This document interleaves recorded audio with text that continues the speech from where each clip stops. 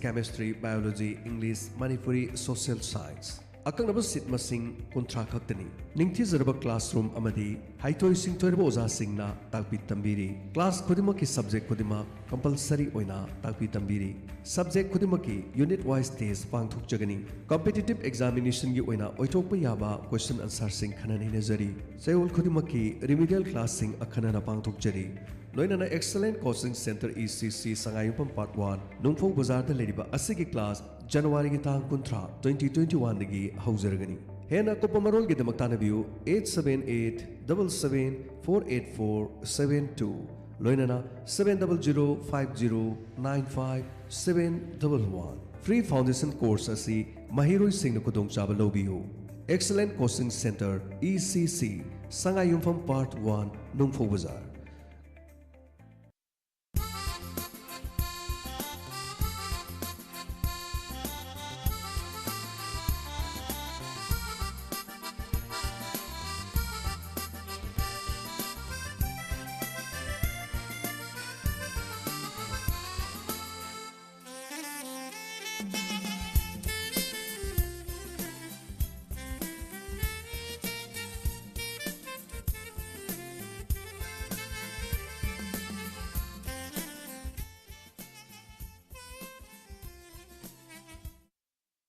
हौजिक थरोंगी मखा तारकपदा नोंमाइजी नुमित खुदिंगी थमजबा वॉइस ऑफ डायमंड की ओइबा लाइव फोनिंग प्रोग्राम थौरम मसिगिदमक थमजरीबा नंबर निंगसिंगजरी 8119071110 अमुक्तंगना निंगसिंगजरी 8119071110 हाइरिबा नंबर सिदा कॉल तौबिरक्तुना वॉइस ऑफ डायमंड की लेजरीबा इसैसिंगदगी अपाम्बा खनबियो हाइना निंगसिंगजरी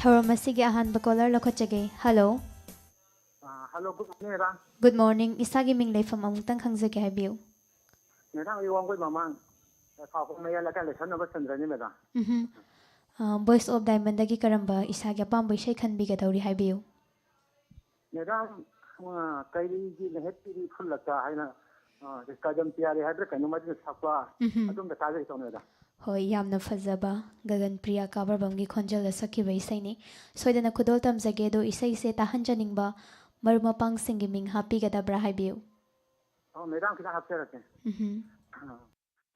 कैरक्टर जी बोजेंद्रो माइ लोइना भी सविता दुगा खोइरे तेरा देगी इबोमचा और पासपोर्ट पासपोर्ट हिजम अजेम और खा कवा नावले लका दे महेंद्र वांखेमचा दुगा सिदेगी अखोइगी वाइन कमेंट्री नां के सो अदुगा नंबर पोजीशन दे हाइबो सौबा थियाम रामा अदुगा अखोइ ले थाउन लगी थानाम ला सिंगल साइज जीपेन अदुगा गुड मॉर्निंग दी डायमंड दी अखोइ गे वॉइस ऑफ पीपल ताबिरबा एपुना तामि नजरनेगा थागचरी अदुदी अदोमना पामना खनबिरकलिबे इसै खुदोल तमजरके गगन प्रिया काबरबमगी खोंजल सकलिबे इसै ओजोय मैते की मयेक्ता रविंद्र अंगोमना सैरांगलिबे इसै करिगी नैहतली खुदोल तमजरी तामिनसे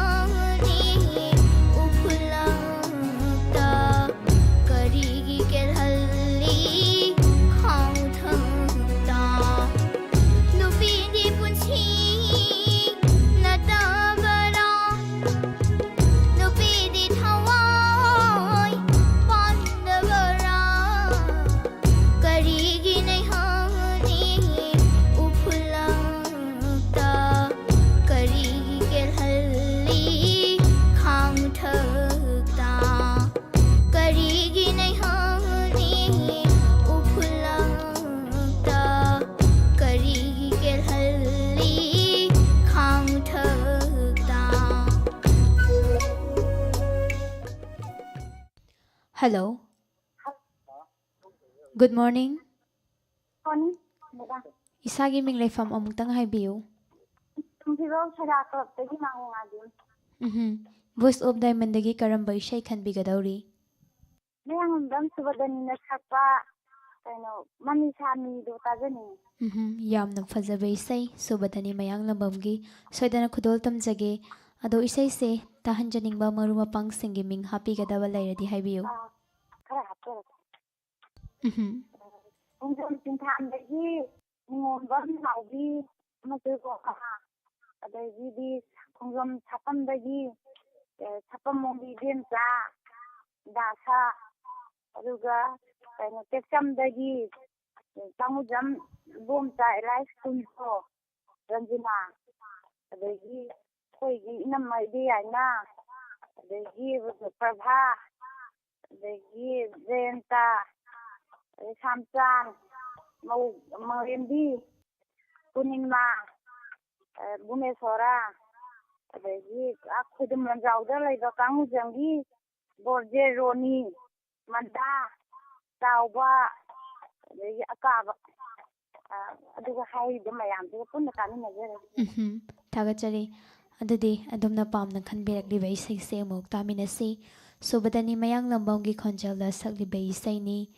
Yambem Sanatombi Mayekta Saracendra Mayang Labamna Sarangli Baysay, Mami Samigong, Kudoltam Sari Taminasi.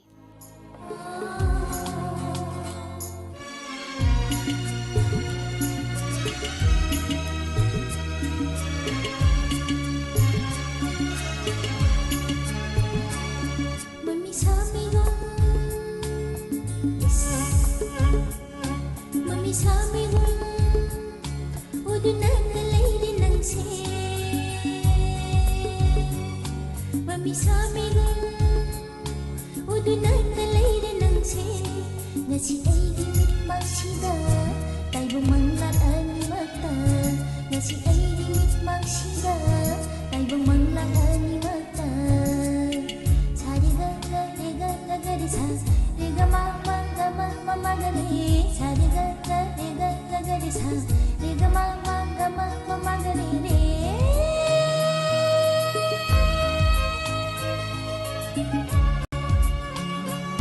Mami Samigong, Mami Samigong,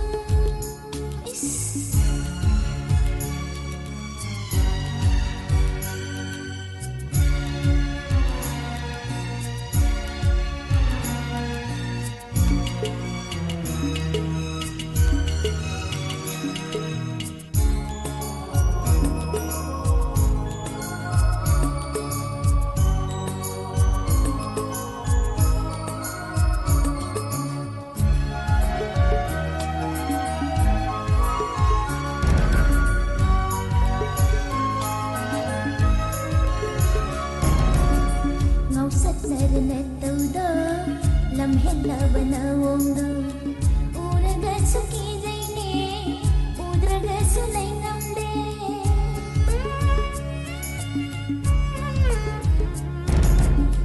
ngausak narana taudo lam hella banawongdo uraga suki jaine udraga sulai namde uraga suki jaine udraga sulai namde karam none ai ulang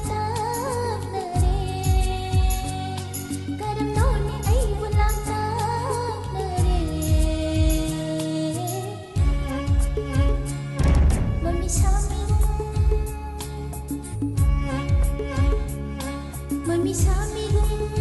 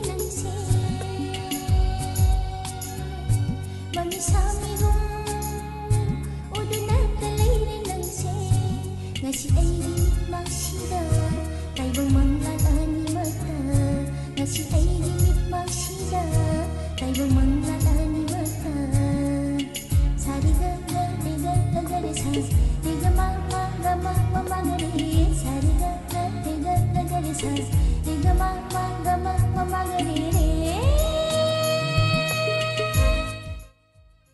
Hello.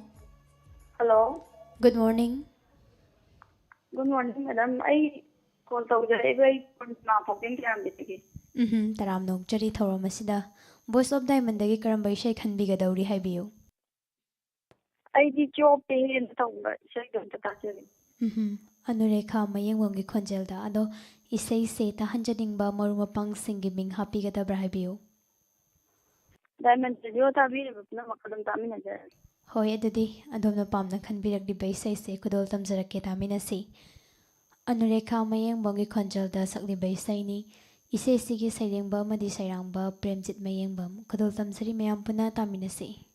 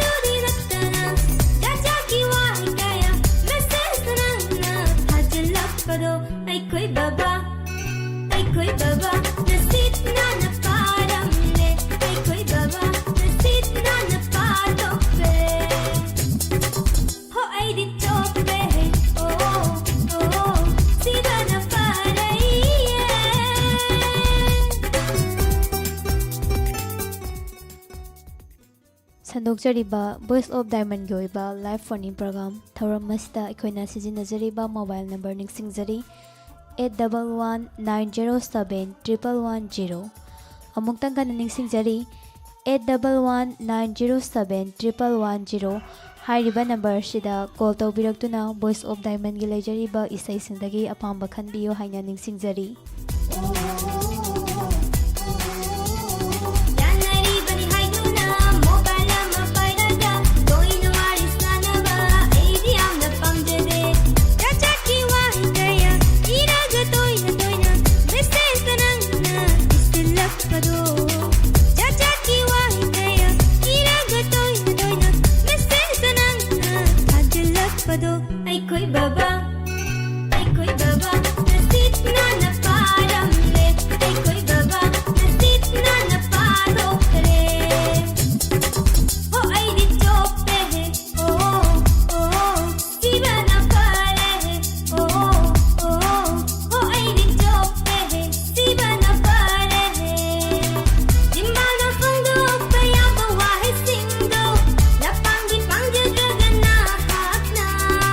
Jimbal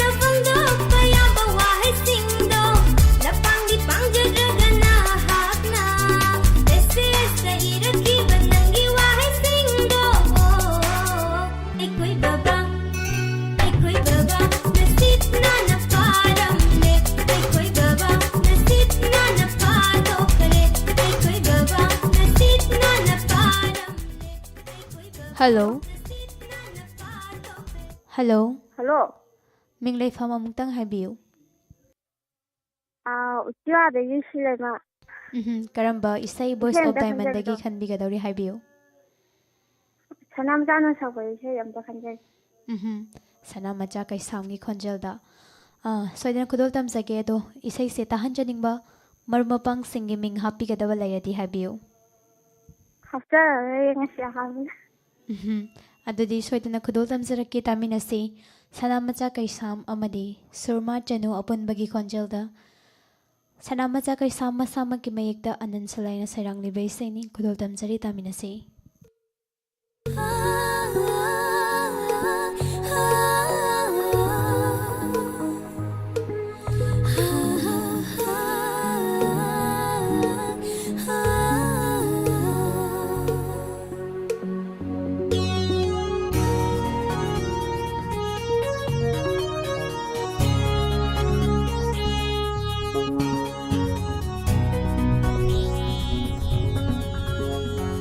mi hôn se tình tình trông lên nàng gi mít yin na yin da nàng gi wa hay wa da da mi hôn se tình tình trông lên nàng gi mít yin na yin da nàng gi wa hay wa da da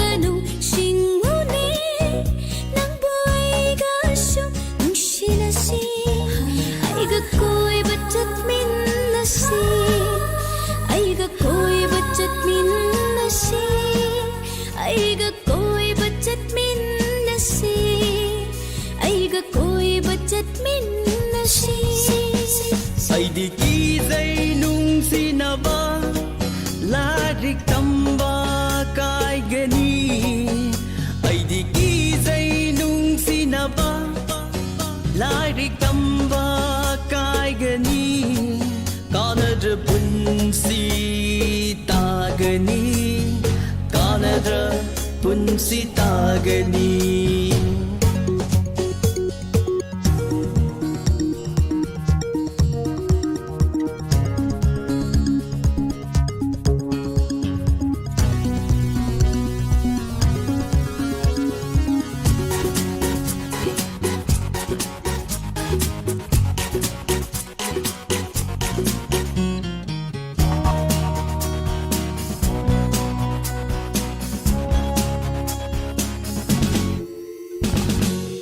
Namatik Charakanda nanga aiga Onung sinase Lairik tamba loy kige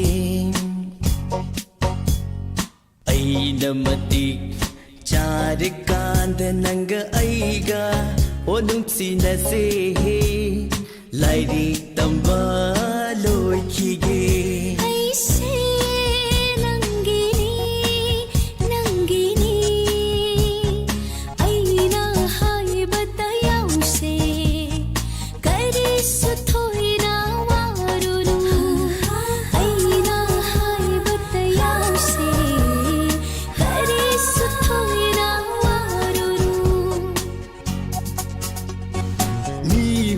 Ting ting trông lên nàng gi mi ging na yeng da nàng gi wa hay wa da da mi hun se ting ting chung le nang gi mit yin na yin da nang gi wa hey wa ta da 정신우 미혼 정신우 바카짜오가누랑 부누빠만 더바또노 호 바카짜오가누랑 부누빠만 더바또노 mi hun se ting ting chung le nang gi mit yin na yin da nang gi wa hey wa ta da Hello. Hello. Good morning. Good morning, madam. Karamba isay khanbigadawri Voice of Diamond dagi haibiyu. Mangana sakpa mitang labay thamoy tawdo. Yamna fazaba isayni mangalgi. Soidana kudol tamjage ado marumapang singi ming happy kadaba laibra haibiyu. Hapjage. Khangabukdagi Mona Lisa, Langlet, Nongdambi, Anju. Makoge taminajage. Hoy adudi isay se kudol tamagi taminasi mangal marang themgi khonjenda masamaki mayekta bikina sarang libay sayni mittang laba aigi thamoy kudol tamjari mayam pana taminasi. Mairi ole maphamda thamoigi irau kho kumgi nong hau oire maphamda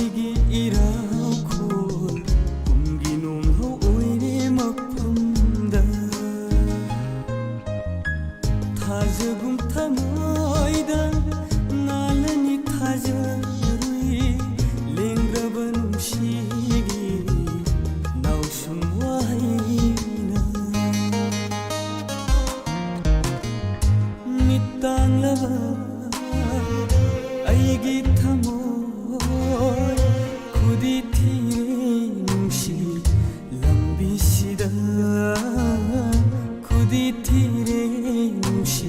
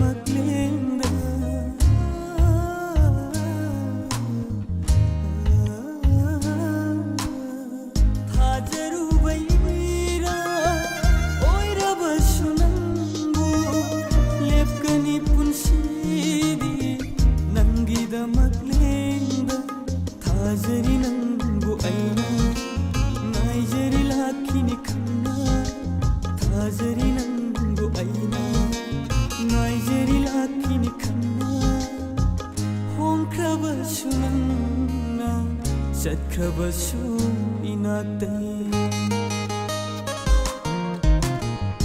미땅라바 아이기 타모이 구디티레 뭉시 람비시다 분식이 세수 오이비람비 샤나기 판바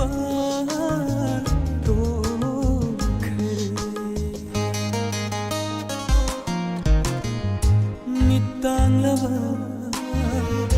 아이기 타모이 구디티레 뭉시 람비시다 구디티레 뭉시 람비시다 ꯊꯧꯔꯝ ꯑꯁꯤꯒꯤ ꯑꯔꯣꯏꯕ colour ꯂꯧꯈꯠꯆꯔꯤ hello Hello. Good morning Good morning, madam. ꯏꯁꯥꯒꯤ ꯃꯤꯡ ꯂꯩꯐꯝ ꯑꯃꯨꯛꯇꯪ ꯈꯪꯖꯒꯦ ꯍꯥꯏꯕꯤꯌꯨ ꯑꯩ ꯊꯧꯕꯥꯜ ꯋꯥꯡꯃ ꯇꯥꯕ ꯀꯣꯂꯦꯖ ꯃꯌꯥꯗꯒꯤ ꯃꯥꯏꯅꯝ ꯇꯕꯥꯕꯤ ꯀꯧꯖꯩ ꯊꯧꯔꯝ ꯑꯁꯤꯗ ꯇꯔꯥꯝꯅ ꯑꯣꯛꯆꯔꯤ ꯀꯔꯝꯕ ꯏꯁꯩ ꯚꯣꯏꯁ ꯑꯣꯐ ꯗꯥꯏꯃꯟꯗꯒꯤ ꯈꯟꯕꯤꯒꯗꯧꯔꯤ ꯍꯥꯏꯕꯤꯌꯨ ꯃꯦꯗꯥꯝ ꯀꯩꯅꯣ ꯏꯇꯥꯂꯤꯒ ꯑꯐꯥꯎꯒꯅ ꯁꯛꯄ ꯕꯤꯃꯣꯟ ꯐꯤꯕꯧꯒꯤ ꯃꯌꯦꯛꯇ ꯍꯧꯖꯤꯛꯀꯥꯟꯒꯤ ꯂꯩꯁꯥꯕꯤ ꯊꯦꯡꯅꯒꯅꯤ ꯈꯟꯕꯗ ꯑꯩꯗꯤ ꯀꯤꯔꯦ ꯍꯥꯏꯕꯗꯣ ꯇꯥꯖꯒꯦ ꯍꯣꯏ ꯏꯁꯩ ꯈꯟꯕꯤꯔꯛꯄ ꯃꯇꯝꯗ ꯁꯩꯔꯦꯡꯕꯁꯨ ꯃꯔꯤꯛ ꯆꯨꯝꯅ ꯍꯥꯏꯕꯤꯔꯛꯄ ꯊꯥꯒꯠꯆꯔꯤ ꯁꯣꯏꯗꯅ ꯈꯨꯗꯣꯜ ꯆꯝꯖꯒꯦ ꯑꯗꯣ ꯇꯥꯍꯟꯖꯅꯤꯡꯕ ꯃꯔꯨꯞ ꯃꯄꯥꯡꯁꯤꯡꯒꯤ ꯃꯤꯡ ꯍꯥꯞꯄꯤꯒꯗꯕ ꯂꯩꯕ꯭ꯔꯥ ꯍꯥꯏꯕꯤꯌꯨ ꯑꯃꯅꯤꯗꯪ ꯍꯥꯞꯆꯒꯦ ꯃꯦꯗꯥꯝ ꯀꯨꯃꯥꯔꯥ ꯗꯁꯨꯝꯇꯤ ꯏꯆꯟꯕꯤ ꯄꯨꯛꯆꯥꯎ ꯑꯩ ꯏꯆꯥꯅꯨꯄꯥ ꯕꯣꯅꯤꯁ ꯑꯩꯈꯣꯏꯒꯩ ꯑꯗꯨꯝ ꯇꯥꯖꯔꯒꯦ ꯃꯦꯗꯥꯝ ꯑꯍꯥꯟꯕ ꯐꯪꯕꯅꯤꯅ ꯊꯥꯒꯠꯆꯔꯤ ꯑꯗꯨꯗꯤ ꯑꯗꯣꯝꯅ ꯄꯥꯝꯅ ꯈꯟꯕꯤꯔꯛꯂꯤꯕ ꯏꯁꯩ ꯈꯨꯗꯣꯜ ꯇꯝꯖꯒꯦ ꯏꯇꯥꯂꯤ ꯊꯣꯛꯆꯣꯝ ꯑꯃꯗꯤ ꯑꯐꯥꯎꯒꯤ ꯈꯣꯟꯖꯦꯜꯗ ꯕꯤꯃꯣꯜ ꯐꯤꯕꯧꯒꯤ ꯃꯌꯦꯛꯇ ꯑꯐꯥꯎ ꯃꯁꯥꯃꯛꯅ ꯁꯩꯔꯥꯡꯂꯤꯕ ꯏꯁꯩ ꯈꯨꯗꯣꯜ ꯇꯝꯖꯔꯤ ꯇꯥꯃꯤꯟꯅꯁꯤ